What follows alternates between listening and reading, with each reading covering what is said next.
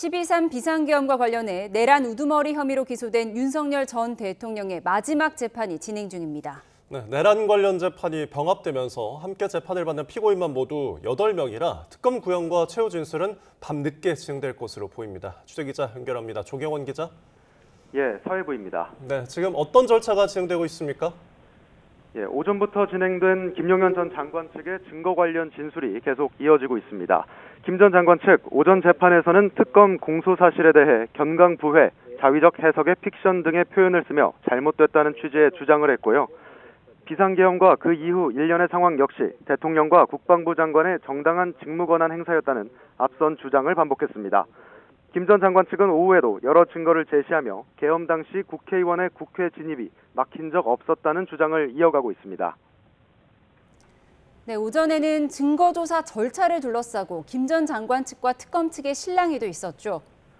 네, 김 전 장관 측이 자료 복사본이 부족해 재판부에 먼저 드리겠다고 하자 특검 측이 자료를 봐야 하는 만큼 준비된 피고인부터 먼저 진행하면 좋을 것 같다며 발언 순서 변경을 요청했습니다. 이후 구두 변론으로 진행하겠다는 김 전 장관 측에 특검팀이 무슨 준비를 한 거냐며 맞받는 등 신경전이 이어졌습니다. 이에 김 전 장관 측이 시간이 부족했다는 취지의 발언을 하자 지규현 재판장이 프로와 아마추어의 차이는 징징대지 않는다는 것이라고 말했고 김 전 장관 측은 우리가 징징댄 것이냐고 언성을 높이기도 했는데요. 다행히 짧은 신경전이 오가는 사이 추가 복사본이 준비되면서 상황은 정리됐습니다.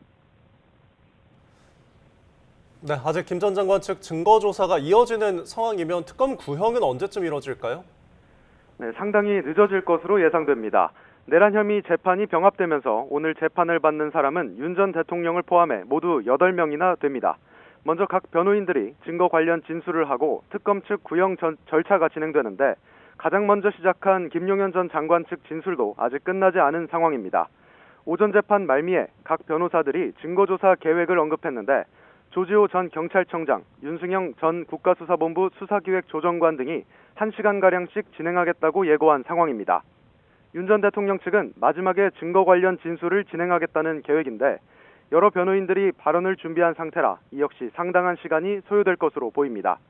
지금으로선 특검이 언제쯤 양형 사유를 설명하고 각 피의자들에 대한 구형을 할 수 있을지 가늠하기 어려운 상황입니다. 특검 구형 이후 변호인 최종 변론과 피고인 최후 진술도 이어져야 하는데요. 윤석열 전 대통령은 지난 체포방해 혐의 결심에서도 1시간가량 최후 진술을 했는데 이번에도 비슷할 것이란 관측입니다. 지규현 재판장은 오후 재판을 시작하면서 진술 시간에 제약을 두지 않겠지만 중복 없이 해달라고 요청하며 오늘 굉장히 늦은 밤에 끝날 수 있다고 언급했습니다. 네, 오늘 재판이 평소보다 일찍 시작한 거죠? 그렇습니다. 오늘 오전 9시 20분부터 시작됐습니다. 평소 재판은 10시부터 열리는데 조금 일찍 시작한 겁니다.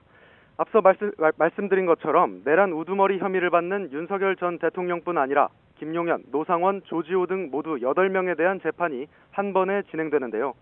변호인까지 포함하면 20명이 넘는데 오늘 증거조사와 특검의 양형 사유와 구형, 변호인단의 최종 변론과 피고인들의 최후 진술까지 진행돼야 하는 점을 고려한 조치였습니다. 윤 전 대통령은 위헌 위법한 비상계엄을 선포하는 등 국헌문란을 목적으로 폭동을 일으킨 혐의를 받고 있습니다.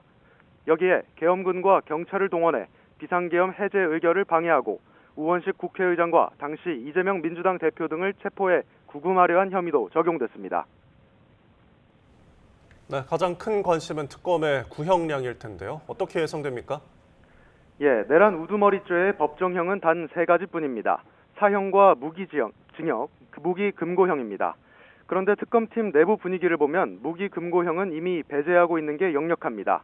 특검 관계자는 YTN과 통화에서 지금까지 노역이 없는 무기 금고를 생각해 본 적은 없다고 밝히기도 했습니다. 결국 특검의 선택은 사형 혹은 무기징역 가운데 하나가 될 것으로 보입니다. 네, 특검은 어제 긴 회의도 열었죠.